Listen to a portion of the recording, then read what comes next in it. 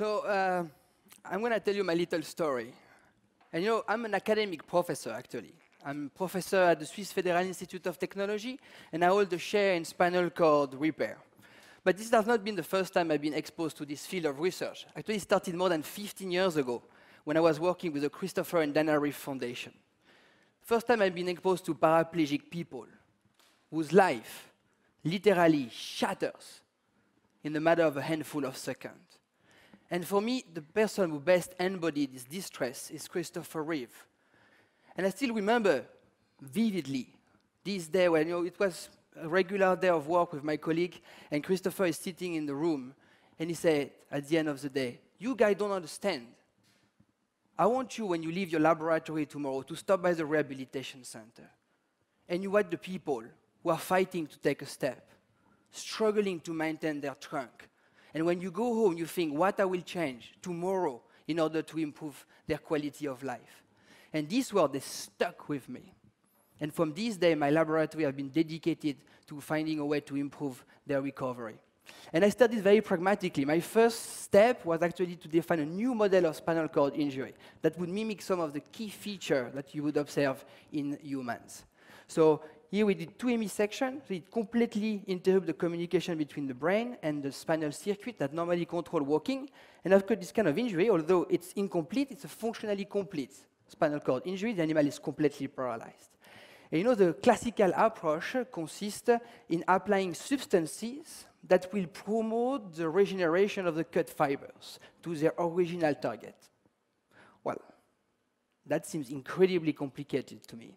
So I thought, can we inverse the paradigm? Can we think about the problem differently? Because we know that below the injury, in this blue section of the spinal cord, there is all the circuits that can control walking. We know this since the Nobel Prize, Sherrington, 1936. However, because of the injury, they are dormant, non-functional.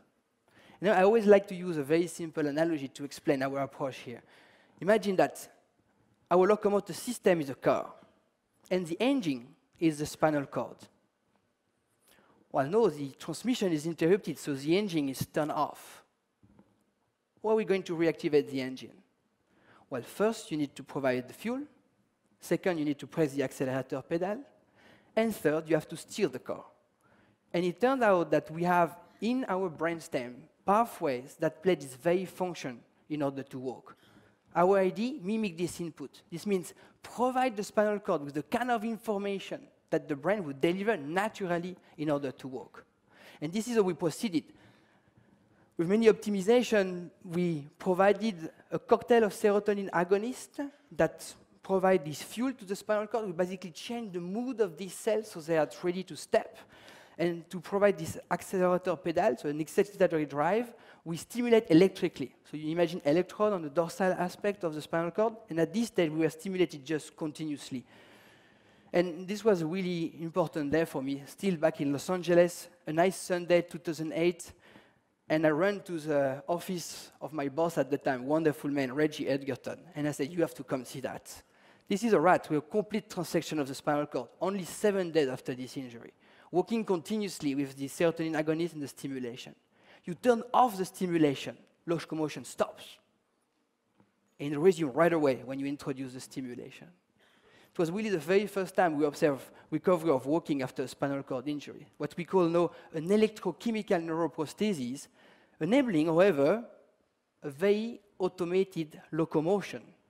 So he was very frustrated because, of course, the steering system was missing. Here it was all controlled by the sensory input because the spinal cord is so smart. So it became obvious to me that we had to move away from this treadmill paradigm and to develop conditions such that the animal would recover the ability to try to activate the paralyzed limb. And you know, in Switzerland, we have amazing robotic engineers. So we developed this 4 degrees of robot, 4 degrees of freedom robot. You imagine like a big 200-kilo robot, and the rat, only 200 grams, is attached at the extremity of this robot, but the robot is transparent. The rat does not feel the robot. It behaves just like a father would hold the young child during the first insecure step. But the rat really has to try. No, we're so excited. So I'm in my first lab in Zurich. We have the injury model we have developed. We have this electrochemical neuroprosthesis to transform the circuit from dormant to highly functional, the robot to train the rats, and we thought we would succeed. Well, this is my best therapist, trying to motivate the rat to walk. I've seen before, walking wonderfully on the treadmill, incapable of sending an information to the spinal cord in order to walk. Now, I'm telling you, this is a lot of frustration. And when you have to motivate a team to move forward, and you have this kind of result, you really have to pull every forces together, rethink about your paradigm. And eventually, we understood that we have missed just the most powerful pharmacology of Switzerland, the fine Swiss chocolate. Just the motivation was everything. Basically, by putting the chocolate every day, the rat is trying. And then, after 2-3 weeks, he performed the first step. So you see on the face, it's really difficult. And then he's better and better and better. And this is 2 months after this functionally complete spinal cord injury. The rat now standing, and whenever she decides, initiate full weight-bearing locomotion to sprint toward the reward. This was really the very first time in spinal cord injury medicine that we observed the recovery of voluntary movement after a lesion inducing paralysis. And of course, you all wonder, but how is it possible? I mean, what are the mechanisms? And here, what we found was completely unexpected. What we observe is that this will-powered training on the highly functional state of the circuits below the injury encourage the brain to create new circuits, new pathways that bypass the injury and restore a cortical control over the circuit below the injury. And here you see one example where we labeled the fibers in red coming from the cortex, and in blue, a neuron in this little island of spare tissue, but this blue neuron is directly connected with locomotor center in the lumbar spinal cord. And here what you see in 3D, basically, is that the brain is reconnected with locomotor center with just one relay circuit. And the modeling was actually not limited to the lesion area. It occurred throughout the central nervous system. So it was incredible to observe the amount of remodeling in all this brainstem area. I told you, they are normally controlling the walking. Here, the cortex invaded, literally, this brainstem area to regain control through completely different pathways over the leg. To the point that, I mean, we were wondering, is it really possible? The cortex normally is not involved in walking. Walking is a very automated task for rats. They don't use their cortex. People were challenging. It's like, they did not believe this data. So we thought, we have to record the brain. No, it's difficult. Huh? Imagine you have a rat with a spinal cord injury, you train them, they have to recover, and then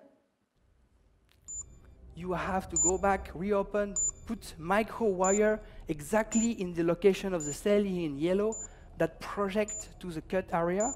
And then, as the animal is walking and there's a robot of 200 kilo hovering over the head, you have to record microvolt. This little wave here, there's a signature of neurons.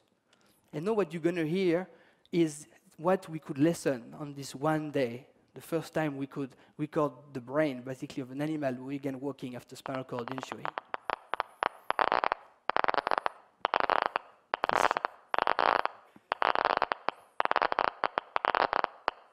On this day, I had 15 people, all my team behind me, listening to this brain symphony, because it was really the evidence for us that the brain was in control of the paralyzed leg. And you know, this has been a long adventure, 10 years already when we reached this stage, and we published this data in Science. It made a big buzz. And imagine a little rat finished on the front page of the New York Times. It was also a dramatic consequence for my laboratory, because many people start hating you, or they don't believe you. And of course, you always have to challenge. They said, it's just a rat. What do you know will work in humans? Well, you know, I'm not stupid. I know it's a rat. Let me do the science. And indeed, before we started with what I call the translational neuroprosthetic program, with the idea that we would optimize each and everything in the rat, understand the mechanism in mice, and prepare the translation with work in primates and in humans, with the idea that any discovery would translate vertically all the way to human beings. And because no, you absolutely do not care about the outcome of the final, I'm going to explain you in great detail this program all night. Kidding. I'm just going to show you what we did with the spinal cord stimulation and show you some exclusivity data that I obtained actually on Monday back in China. So, I told you, the accelerator pedal for us is a stimulation. But the way we were doing it was a bit crude. I mean, it was really pushing the stimulation all the way down, like you would accelerate all the time. Well, it's not very ecological. What you would like to do really is to stimulate at the correct location with the correct timing in order to reproduce the natural dynamic of spinal circuit activation. Well, easy to say, but really difficult to achieve. The first thing is, in order to reproduce this wave, for example, you need many electrodes. Spinal cord is a cylinder, rotates in all directions. So any implant would completely fail and break. So we had to develop completely new technology. These are the first stretchable electrode implant made of silicone. So the advantage is that the silicone has the same mechanical property as the dura mater, the protective membrane of the spinal cord and the brain. And then the central nervous system does not see this electronic dura mater. This is what we call it, E-dura. It's very resistant, and because it's in silicone, you can also incorporate microfluidic channels. So now you have a device that can stimulate electrically and chemically and stay in the body for extensive period of time without causing any damage. So it was quite an achievement. But then comes the next problem. You have an implant, you need to send stimulation. So, I mean, the rat, you have a plug on the head, you're in a sophisticated environment of a laboratory. That's not going to be the case in humans.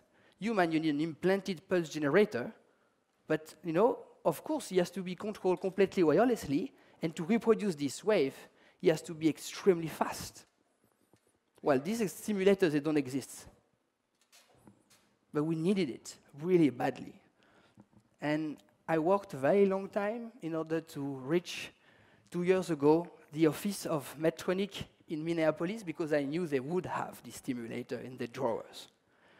So I came there and I gave my little talk in front of the top-level, world-leading engineers. Anyway, it was like this executive suite. So it's really nice. I give my talk, and it was really an incredible experience because these people are so incredibly smart.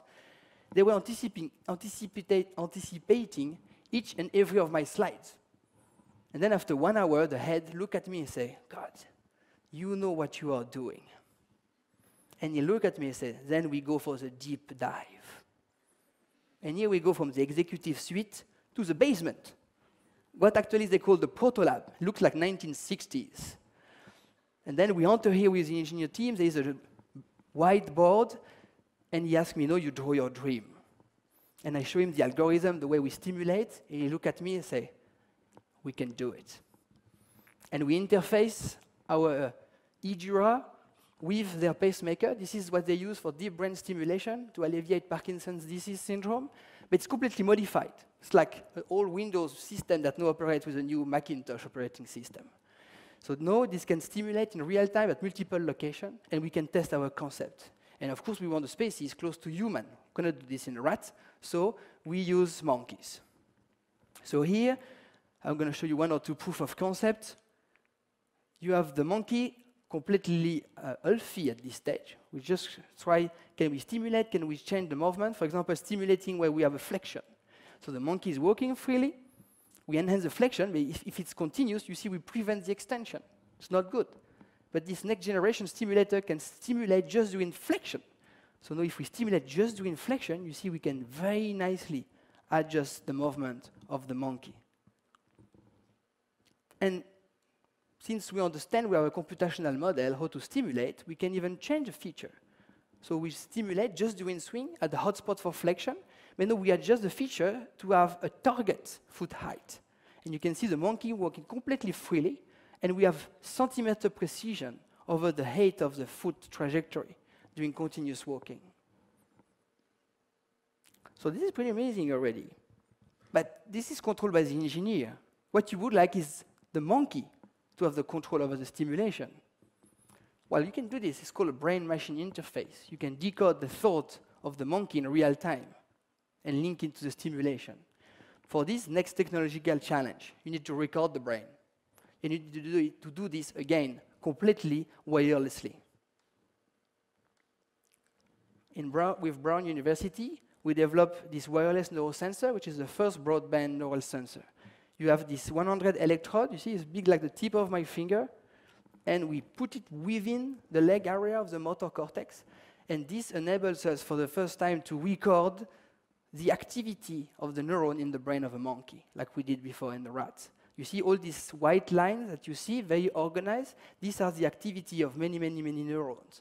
As the monkey is walking completely freely on the treadmill, on a corridor, in very ecological conditions, without any burden of wired. And what we found actually that we are able with this recording to really decode the thought of the animal. We can decode the limb kinematic, the muscle activity. This means build a mathematical model of the monkey's intention. So now imagine if you link this to the spinal cord stimulation. Do you think it's possible?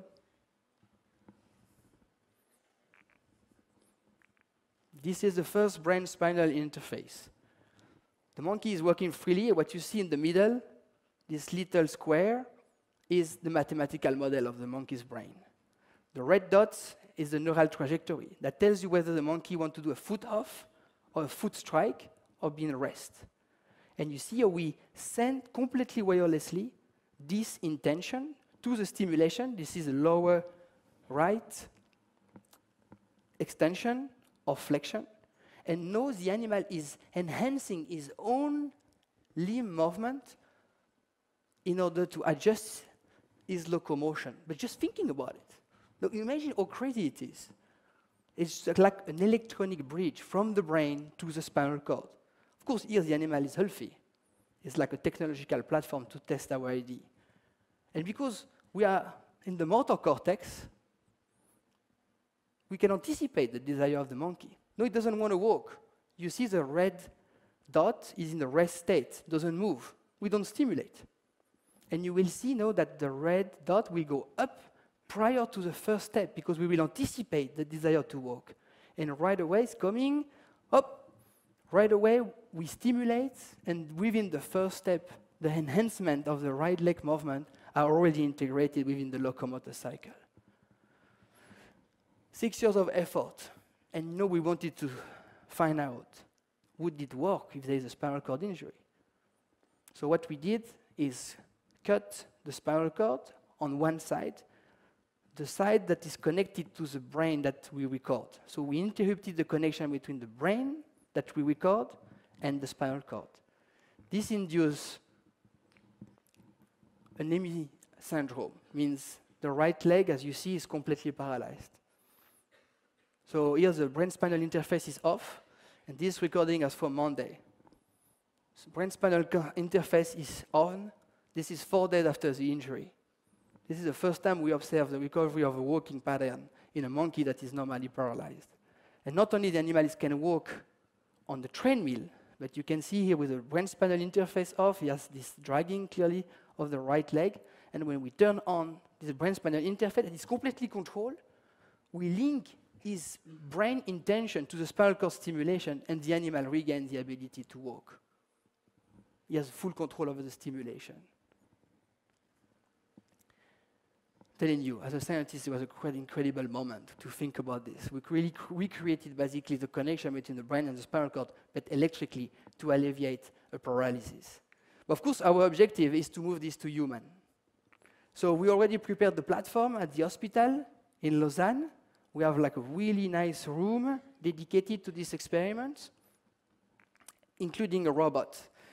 And now we have many patients now, but I always like to show this first time, actually, that we put Hervé here in this robotic interface. Hervé has been paralyzed for 5 years. It's an incomplete injury, so he can walk with crutches, but he cannot really stand independently, walk independently. And here we put him in the robot, he will perform his first steps. So at the beginning, he's very hesitant, clearly. It's difficult. And then he gets more and more confident. And here, the person you see on this video is the person you have seen training a rat, my lab manager, Rubia. And she's asking him, can you give me your crutches? And we see on his face that he's not sure. But he tries. And no, this is really his very first step in 5 years performed like by himself. And I'm telling you, on the face of Hervé, there was a big, big smile on this day. Thank you.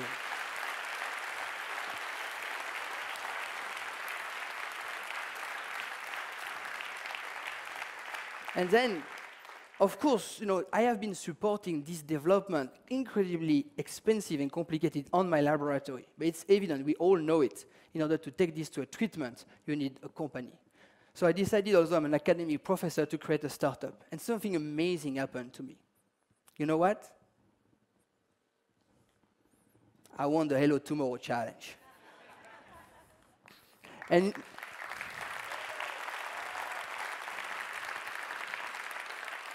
I'm telling you, beyond the sum of money that was very helpful, more importantly, it's really helped me to get connected. And indeed, I could meet this way Jack Deckers, who became the CEO of this company. We needed a very experienced person. He had created Sapiens for neuromodulation of the brain. He had sold it for $200 million last year for Medtronic. And when he came to my laboratory, he said, God, it's just the same. Let's do it together. And no, this is the dream. Our dream, helping the brain help itself, is, take a little moment. We're going to dream together here. Somebody has a spinal cord injury. We implant them with the pump to deliver the pharmacology. And then our eDura electrode connected to this next generation stimulator. Then we have this electrode in the brain to really decode the intention of the person when they want to walk. And then we're going to train them with this brain-spinal interface. When the person will really have the control over the stimulation below the injury in order to have volitional movement. And the hope is that there would be enough plasticity to remove the robot of the brain-spinal interface. So of course, it depends on each and every patient. But the idea is really to boost the recovery with this neuroprosthetic technology. There's still a long way to go, but I think it has been already an amazing adventure. And this adventure is really the story of many people. And we all know this. To have your startup successful, it's not 1, 2 persons, it's many, many individuals. In my team, very young, talented engineers, robotics, neurobiologics, physical therapists, people who have been achieving together what would be impossible by the sum of single individuals. And this is really, I think, an important message of this 15 years adventure. There are all these young people incredibly motivated, because remember, if you only do this for money, it won't work. You need to have the enthusiasm of science. You need to dream so big that you're going to do something that people thought impossible. For example, linking the brain of the monkey to a spinal cord stimulation to restore locomotion. And my very last slide that I would like to share with you is actually this achievement and this enthusiasm. It was taken on Monday. There's a web documentalist that has been following us for 10 years, and he came to China. I told him maybe something's going to happen. He came fresh from the airport, he put his camera, and 10 minutes later, he recorded this. Look at this. He's working! Look at this! Allez, allez! Tom, cazzo! No event! Come on! There's no event! Oh, yeah! It was a 6-2, yeah. The mic is fucking working. Increase the amplitude. Again! No, it doesn't matter on the amplitude. Let's go! Let's go! Let's go! I think it's more on the event. Stop! It's only the event. No, that's true, like when you were not working. I know. And what was the engine? Oh, yes! Man, just fucking walking back. And it's like so like, right? When you walk, it's just like a normal stepping. So smooth. Oh man, Tom, you need to tune this decoder, huh? I need more data. So you need more data. You sound like Jean Laurent.